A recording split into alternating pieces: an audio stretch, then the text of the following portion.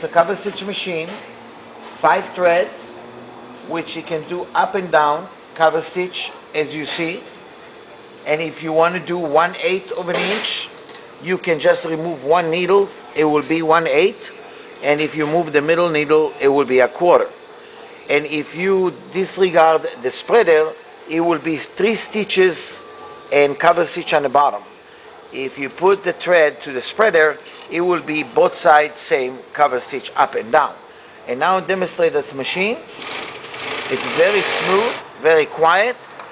And take a look at your stitches right there. Very nice machine, and it makes the stitches very smooth and nice. Thank you very much from Atlas Levy sewing machine. As you see the machine working, very quiet, very nice, and beautiful stitches.